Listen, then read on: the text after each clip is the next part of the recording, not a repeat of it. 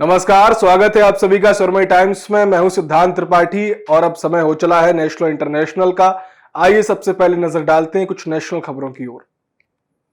कश्मीर में पिछले 3 दिनों में आतंकियों के साथ एनकाउंटर में आर्मी और पुलिस के 3 अफसर शहीद हो गए हैं और एक अन्य जवान लापता है। दरअसल अनंतनाग जिले के गाडोल में 3 से 4 आतंकियों की मौजूदगी की सूचना के बाद सेना और पुलिस ने मंगलवार शाम संयुक्त ऑपरेशन शुरू किया था, लेकिन रात होने पर ऑपरेशन रोक दिया गया और फिर 13 सितंबर को सुबह जब दोबारा तलाश शुरू की गई तो आतंकियों ने घने जंगल में घात लगाकर घेराबंदी करते हुए अंधाधुंध फायरिंग शुरू कर दी और इसके चलते 19 राष्ट्रीय राइफल्स के commanding officer colonel Manpreet Singh, major Ashish Dhonchak और जम्मू कश्मीर पुलिस के डीएसपी हुमायूं भट्ट शहीद हो गए। फिलहाल लश्कर ए तैयबा से जुड़े प्रतिबंधित रेजिस्टेंट फ्रंट ने हमले की जिम्मेदारी ली है। अफसरों का मानना है कि ये वही आतंकी है जिनसे 4 अगस्त को कुलगाम के जंगल में मुठभेड़ में 3 जवान शहीद हो गए थे। और देखा जाए तो पिछले 3 सालों में कश्मीर में होने वाला ये सबसे बड़ा हमला है, क्योंकि इसके पहले कश्मीर के हंदवाड़ा में 30 मार्च 2020 को 18 घंटे चले हमले में कर्नल, मेजर और सब इंस्पेक्टर समेत 5 अफसर शहीद हुए थे। इधर पिछले 4 महीनों से हिंसा से जूझ रहे मणिपुर से असम राइफल्स को हटाने की मांग अब तेज हो गई है और इसके समर्थन में कई इलाकों में प्रदर्शनकारियों ने असहयोग आंदोलन भी शुरू कर दिया है, जिसे आप ऐसे समझिए कि खुद को मैतेई बताने वाली महिलाओं के एक संगठन ने पहाड़ी जिलों के उलट घाटी जिलों में सेंट्रल फोर्सेस, खासतौर से असम राइफल्स को वापस बुलाने की मांग को लेकर घाटी में केंद्र सरकार के संस्थानों पर ताले लगाना शुरू कर दिया है।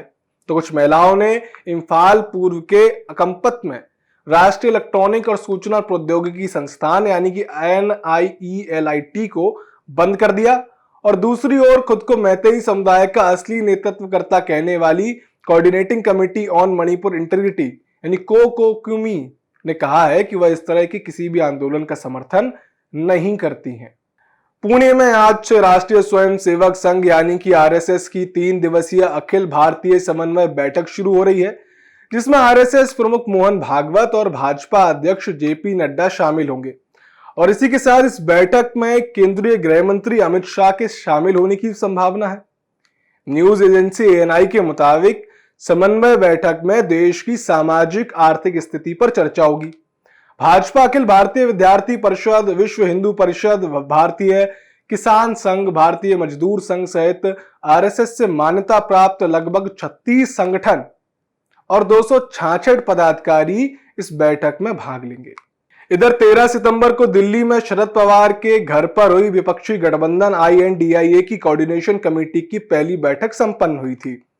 इसके बाद कांग्रेस नेता KC वेणुगोपाल ने प्रेस कॉन्फ्रेंस की, जिसमें कि उन्होंने बताया कि हमने देश के अलग अलग राज्यों में रैलियां करने का फैसला लिया है और ये पहली रैली अक्टूबर के पहले हफ्ते में भोपाल में होगी, जिसमें मोदी सरकार में बढ़ रही बेरोजगारी, महंगाई, भ्रष्टाचार जैसे मुद्दों पर बात होगी। और इसी के साथ सभी दल जाति जनगणना का मुद्दा उठाने पर भी सहमत हुए हैं, लेकिन वेणुगोपाल ने यह भी कहा कि अभी तक सीट शेयरिंग पर कोई फैसला नहीं हुआ है और सभी पार्टियां मिलकर इस बारे में जल्द से जल्द फैसला करेंगी। तो अफगानिस्तान में तालिबान को आए काफी समय बीत चुका है और वहां अभी भी कई प्रकार की उठापटक चालू है। कोई तालिबान को सरकार मानता है और कोई नहीं, लेकिन अभी हाल ही में अफगान अधिकारियों ने दावा किया है कि तालिबानी कब्जे के बाद चीन ने काबुल में अपना पूर्णकालिक राजदूत नियुक्त कर दिया है और इसके साथ ही चीन ऐसा करने वाला दुनिया का पहला देश भी बन गया है। दरअसल 2021 में अफगानिस्तान में सत्ता पर काबिज होने के बाद से तालिबान अंतरराष्ट्रीय मान्यता की मांग कर रहा है। हालांकि अभी तक किसी भी देश ने ऐसा नहीं किया है और काबुल में अपना पूर्णकालिक राजदूत नियुक्त कर चीन इस दिशा में आगे बढ़ रहा है और कह रहा है कि एक सामान्य प्रक्रिया है। इधर अफ्रीकी देश लीबिया में डेनियल तूफान और बाढ़ ने भयंकर तबाही मचा दी है और ये हम बात आपको लगातार 3 दिनों से बता रहे हैं और अब शायद आप इसकी गंभीरता को समझ रहे होंगे क्योंकि इस तूफान के बाद से 10,000 आबादी वाले डेरना शहर के पास के 2 डैम टूट गए हैं, जिससे कि पूरा शहर सिर्फ मलबा बनकर रह गया है।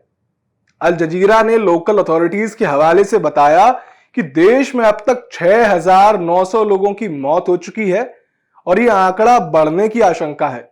वहीं सऊदी अखबार द नेशनल के एक जर्नलिस्ट के मुताबिक अब तक 6,886 शव मिल चुके हैं। इधर लीबियन सिक्योरिटी फोर्स के मुताबिक 4 देश तुर्की, इटली, कतर और यूएई बाढ़ प्रभावित इलाकों में मदद पहुंचा रहे हैं और साथ ही संयुक्त राष्ट्र, यूरोपीय संघ और अमेरिका भी इमरजेंसी फंड जारी कर रहे हैं। हमारी संवेदनाएं भी उनके साथ हैं।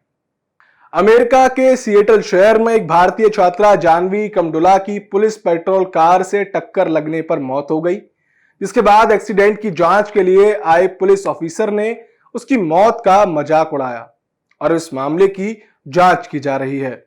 असल में बीबीसी की रिपोर्ट के मुताबिक घटना की जांच के लिए आए पुलिस ऑफिसर की कार का एक वीडियो और ऑडियो वायरल हो रहा है, जिसमें कि वो कह रहा है कि भारतीय छात्रा की जिंदगी की लिमिटेड वैल्यू थी और एक चेक लिखने से ये काम बन जाएगा। ये दिखाता है कि अमानवीय लोग किसी एक देश में नहीं होते, वो कहीं भी हो सकते हैं और ऐसे लोग एक सभ्य समाज के लिए गलत हैं, और खास तौर पर जब वो ऐसी ड्यूटी कर रहे हो जिसमें लोगों की रक्षा करना ही उनका धर्म हो।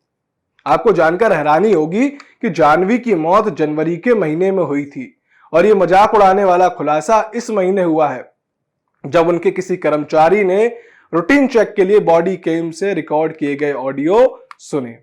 जानवी पर किए कमेंट्स कर्मचारी को आपत्तिजनक लगे और उसने अपने सीनियर्स से इसकी शिकायत की। वियतनाम की राजधानी हनोई में एक 9 मंजिला इमारत में आग लग गई, जिसमें 50 लोगों की मौत हो गई जबकि 54 लोग घायल हैं। मरने वालों में बच्चे भी शामिल हैं। फिलहाल फायर फाइटर्स ने करीब 70 लोगों को रेस्क्यू कर लिया है। आपको बता दें कि इस बिल्डिंग्स में करीब 150 लोग रहते थे और अभी तक आग लगने की वजह सामने नहीं आई है। पुलिस आग लगने के कारण की जांच कर रही है। फिलहाल देश विदेश की तमाम बड़ी खबरों से अपडेट रहने के लिए आप जुड़े रहे सुरमई टाइम्स के साथ। इस वीडियो को लाइक करें, शेयर करें, साथ ही साथ चैनल को सब्सक्राइब करना ना भूलें और लेटेस्ट अपडेट के लिए बेल आइकन को प्रेस करें।